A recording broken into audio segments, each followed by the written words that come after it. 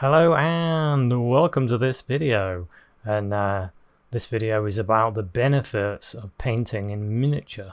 This painting is only a 7x5 Winsor & Newton canvas panel, and worked out pretty good. Nice little landscape, and all you need to do is get one of these, give it a quick coat of gesso, and then you can paint with whatever you like painting with. This one is an oil painting, and I quite like it.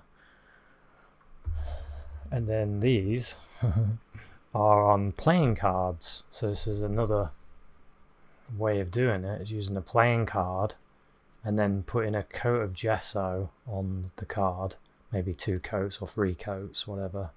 And then what you do then is use this as your canvas. This is your thing to paint on.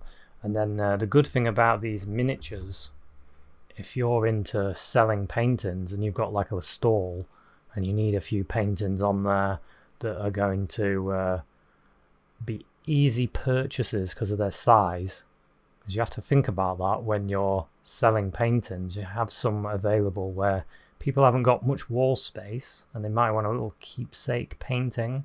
You can always frame one of these in a nice little frame. And I did have this one framed, but the frame broke. So I need to get another one for it. And they work out really nice.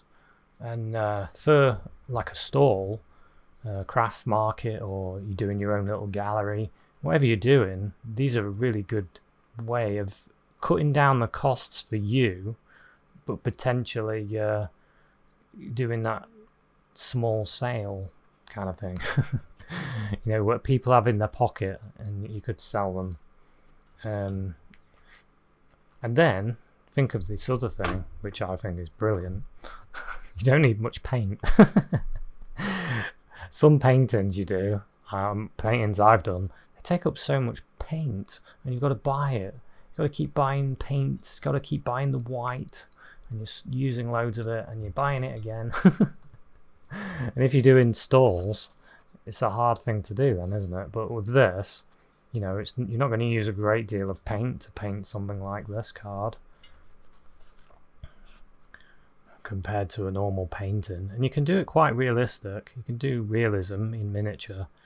So what you need is that to paint on. Obviously you need some acrylics. These are acrylics. Or if you're doing this sort of size, I used oil. Just whatever you're used to.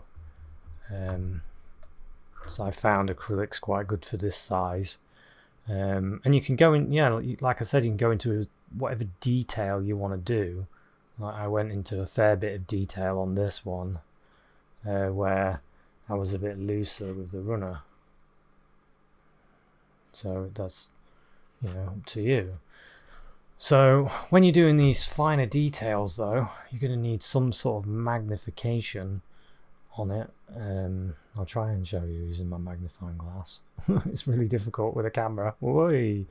There we go. So you can see how it magnifies. When you're painting, you need something like that just to help you out. But I have to say, when you're painting magnified, your movement becomes a lot more pronounced because you're zooming in on it. And then what happens is when you're putting the paint on, you kind of get used to it though. You kind of get used to that bit of movement becomes bigger, magnified. So that's something to think about. But what I haven't mentioned is brushes. Your brushes need to shrink because you're getting these little details. You need little brushes. Watercolor brushes are great for this. These are only cheapo brushes. This is a 4-0. This is perfect for like this blue line here. And then you can, you know, when you're doing a bigger space, you can use a bit bigger brush to do like this area, and then go smaller. So and this little hobby of doing small paintings, it doesn't take much space up. It's when you're doing them. I mean, if you do a pack of cards, it's only going to take the size of a pack of cards up, and you don't have to store huge canvases, and which can be a problem, speaking from experience.